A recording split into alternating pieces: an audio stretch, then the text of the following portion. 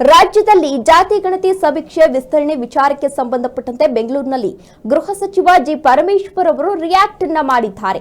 ಈಗಾಗಲೇ ಜಾತಿ ಗಣತಿ ಆರಂಭ ಆಗಿದೆ, ನಾಳೆ ಅಂತ್ಯ ಆಗುತ್ತೆ. ಆ ವಿಚಾರಕ್ಕೆ ಸಂಬಂಧಪಟ್ಟಂತೆ ಪರಮೇಶ್ವರ್ ಅವರು ರಿಯಾಕ್ಟ್ ಮಾಡಿದ್ದಾರೆ. ರಾಜ್ಯದಲ್ಲಿ ಜಾತಿ ಗಣತಿ ಸಮೀಕ್ಷೆ ವಿಸ್ತರಣೆ ವಿಚಾರಕ್ಕೆ ಸಂಬಂಧಪಟ್ಟಂತೆ ಬೆಂಗಳೂರಿನಲ್ಲಿ ಗೃಹ ಸಚಿವ ಪರಮೇಶ್ವರ್ ಅವರು ಪ್ರತಿಕ್ರಿಯೆಯನ್ನ ಕೊಟ್ಟಿದ್ದಾರೆ.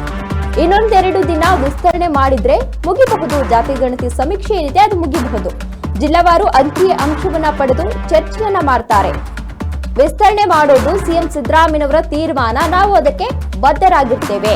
80% ಸಮೀಕ್ಷೆ ಆಗಿದೆ, ಇನ್ನು 20% ಮಾತ್ರ ಬಾಕಿ ಇದೆ, ಅದನ್ನು ಮುಗಿಸ್ತೀವಿ. ಎಲ್ಲರೂ ಸಹಕರಿಸಿದ್ರೆ ಸರಿಯಾಗಿ ಸಮೀಕ್ಷೆ ಮುಕ್ತಾಯ ಆಗುತ್ತೆ ಅಂತ ಬೆಂಗಳೂರಿನಲ್ಲಿ ಗೃಹ ಸಚಿವ ಜಿ ಪರಮೇಶ್ವರ್ ಅವರು ಹೇಳಿಕೆಯನ್ನ ನೀಡಿದ್ದಾರೆ. ಕೆಲವೊಂದಷ್ಟು ಗೊಂದಲದ ನಡುವೆ ಈಗಾಗಲೇ ಸೆಪ್ಟೆಂಬರ್ 22ನೇ ತಾರೀಕಿನಿಂದ ಜಾತಿ ಗಣತಿ ಸಮೀಕ್ಷೆ ಆರಂಭ ಆಗಿದೆ. ಈಗಾಗಲೇ 1 ಕೋಟಿಗೂ ಹೆಚ್ಚು ಸಮೀಕ್ಷೆಯನ್ನು ನಡೆಸಲಾಗಿದೆ. ಇನ್ನು ಮೊನ್ನೆಯಷ್ಟೇ ಜಿಬಿಎ ವ್ಯಾಪ್ತಿಯಲ್ಲಿ ಸಮೀಕ್ಷೆ ಆರಂಭ ಆಗಿ ಕೆಲವೊಂದಷ್ಟು ಕಂಪ್ಲೇಂಟ್ ಕೂಡ ಆಗಿತ್ತು. ಅಂದ್ರೆ ಕಂಪ್ಲೇಂಟ್ ಅನ್ನ ಮಾಡ್ತಾ ಇದ್ರು ಗಣತಿದಾರರು.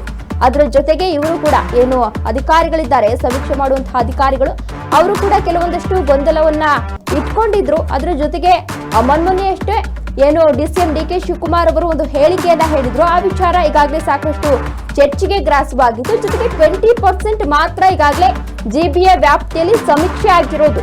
ಇನ್ನು 2 ದಿನಕ್ಕೆ ಶಾಲಾ ಕಾಲೇಜುಗಳು ಕೂಡ ಸ್ಟಾರ್ಟ್ ಆಗುತ್ತೆ. ಅಂತ ಸಂದರ್ಭದಲ್ಲಿ ಶಿಕ್ಷಕರು ಕೂಡ ಕೆಲವೊಂದಷ್ಟು ಗೊಂದಲದಲ್ಲಿದ್ದಾವೆ. ಅಂದ್ರೆ ಶಾಲೆಗೆ ಹೋಗ್ಬೇಕಾ ಅಥವಾ ಸಮೀಕ್ಷೆಯನ್ನ ನಡೆಸಬೇಕಾ ಅಂತ. ಇದೀಗ ಆ ವಿಚಾರಕ್ಕೆ ಸಂಬಂಧಪಟ್ಟಂತೆ ಪರಮೇಶ್ವರ್ ಅವರು ಮಾತನಾಡಿದ್ದಾರೆ. ಏನ್ ಹೇಳಿದ್ದಾರೆ ಬನ್ನಿ ನೋಡ್ತಾರೆ.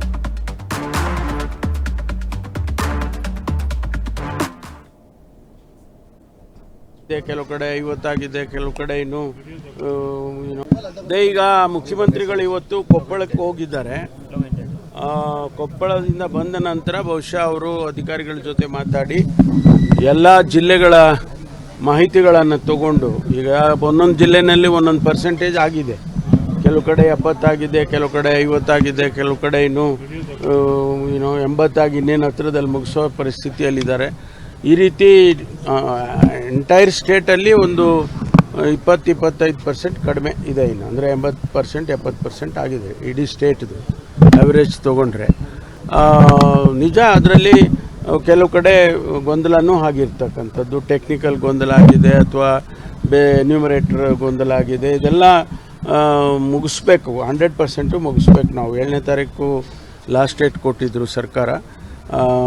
ಮತ್ತೆ ಎಕ್ಸ್ಟೆಂಡ್ ಮಾಡೋದಕ್ಕೆ ಮುಖ್ಯಮಂತ್ರಿಗಳು ತೀರ್ಮಾನ ತಗೋಬೇಕು. ಎಲ್ಲರಿಗೂ ಅವಶ್ಯಕತೆ ಇತ್ತು. ಈಗ ಡಿ.ಕೆ. ಶಿವಕುಮಾರ್, ಸೋಮಣ್ಣ ಇಬ್ಬರೇ ಅಲ್ಲ, ಇಡೀ ರಾಜ್ಯದಲ್ಲಿ ಬೇರೆ ಬೇರೆ ಎಲ್ಲರದ್ದು ಕೂಡ ಒಂದು ಅಭಿಪ್ರಾಯ ಇದೆ. ನಮಗೂ ಇದೆ. ಅದು ನಮಗೂ ಕೆಲವೆಲ್ಲ ಸರಿ ಇಲ್ಲಪ್ಪ ಅಂತ ಅನಿಸುತ್ತೆ. ಒಂದು ರಾಜ್ಯದಲ್ಲಿ ಒಂದು ಸಮೀಕ್ಷೆ ಮಾಡುವಾಗ ಕೆಲವು ಸಣ್ಣ ಪುಟ್ಟ ಗೊಂದಲಗಳಾಗೇ ಆಗುತ್ತೆ.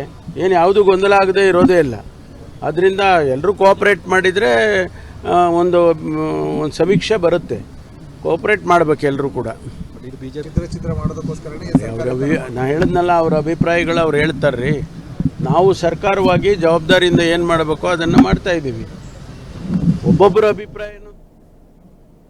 ಎಸ್, ಇದಿಷ್ಟು ಪರಮೇಶ್ವರ್ ಅವರು ಹೇಳ್ತಾ ಇರುವಂತಹ ವಿಚಾರ ಆಗಿದೆ. ಅಂದ್ರೆ ಮೊನ್ನೆಯಷ್ಟೇ ಏನು ಡಿಸಿಎಂ ಡಿಕೆ ಶಿವಕುಮಾರ್ ಅವರ ನಿವಾಸದಲ್ಲಿ ಸಮೀಕ್ಷೆಯನ್ನ ನಡೆಸ್ತಾ ಇದ್ದಂತಹ ಸಂದರ್ಭದಲ್ಲಿ ಡಿಸಿಎಂ ಡಿಕೆ ಶಿವಕುಮಾರ್ ಅವರು ಪ್ರಶ್ನೆಗಳನ್ನ ಕೇಳ್ತಾ ಇದ್ದಂತಹ ಸಂದರ್ಭದಲ್ಲಿ ಡಿಕೆಶಿ ಅವರು ಟೂ ಮಚ್ ಆಯ್ತಪ್ಪ, ಎಷ್ಟೊಂದು ಪ್ರಶ್ನೆಗಳಿದೆ, ಇದಕ್ಕೆ ಜನರು ಯಾವ ರೀತಿ ಪ್ರತಿಕ್ರಿಯೆಯನ್ನ ಕೊಡ್ತಾರೆ, ಯಾವ ರೀತಿ ಆನ್ಸರ್ ಮಾಡ್ತಾರೆ, ಅವ್ರ ತಾಳ್ಮೆಗೂ ಒಂದು ಮಿತಿ ಇಲ್ವಾ ಅಂತ ಹೇಳಿ ಪ್ರಶ್ನೆಯನ್ನ ಕೇಳಿದ್ರು. ಆ ವಿಚಾರವನ್ನ ಇಲ್ಲಿ ಪ್ರಸ್ತಾಪ ಮಾಡಿದ್ದಾರೆ. ಅದರ ಜೊತೆಗೆ ವಿ ಸೋಮಣ್ಣ ಅವರ ನಿವಾಸದಲ್ಲೂ ಕೂಡ ಸಮೀಕ್ಷೆಯನ್ನ ನಡೆಸ್ತಾ ಇದ್ದಂತಹ ಸಂದರ್ಭದಲ್ಲಿ 9 ಜನ ಅಧಿಕಾರಿಗಳು ಅಲ್ಲಿಗೆ ಆಗಮಿಸಿದ್ರು. ಆಗ ಅವ್ರು ಏನ್ ಹೇಳಿದ್ರು ಅಂದ್ರೆ, ಇಷ್ಟೊಂದು ಜನ ಬರ್ಬೇಕಿತ್ತಾ ಅಂತ ಪ್ರಶ್ನೆ ಮಾಡಿದ್ರು ಅಧಿಕಾರಿಗಳಿಗೆ. ಅದ್ರ ಜೊತೆಗೆ ಅವ್ರು ಏನೇ ಪ್ರಶ್ನೆಯನ್ನ ಕೇಳಿದ್ರು ಕೂಡ ಸೋಮಣ್ಣ ಅವರು ಅದಕ್ಕೆ ಡಿಕೆ ಶಿವಕುಮಾರ್, ಸಿಎಂ ಸಿದ್ದರಾಮಯ್ಯ ಅಂತ ಆನ್ಸರ್ ಮಾಡ್ತಾ ಹೋಗ್ತಾ ಇದ್ರು. ಆ ಎರಡೂ ವಿಚಾರವನ್ನ ಇಲ್ಲಿ ಪ್ರಸ್ತಾಪವನ್ನ ಮಾಡಿ ಇವರು ಈ ರೀತಿ ಹೇಳ್ತಾ ಇದ್ದಾರೆ. ಅದ್ರ ಜೊತೆಗೆ ಒಬ್ಬೊಬ್ರದ್ದು ಒಂದೊಂದು ರೀತಿ ಅಭಿಪ್ರಾಯ ಇರುತ್ತೆ, ಎಲ್ರು ಕೂಡ ಸಹಕರಿಸಿದ್ರೇನೆ ಈ ಸಮೀಕ್ಷೆ ಅಂತ್ಯ ಆಗೋದು ಅಂತ ಪರಮೇಶ್ವರ್ ಅವರು ತಿಳಿಸಿದ್ದಾರೆ.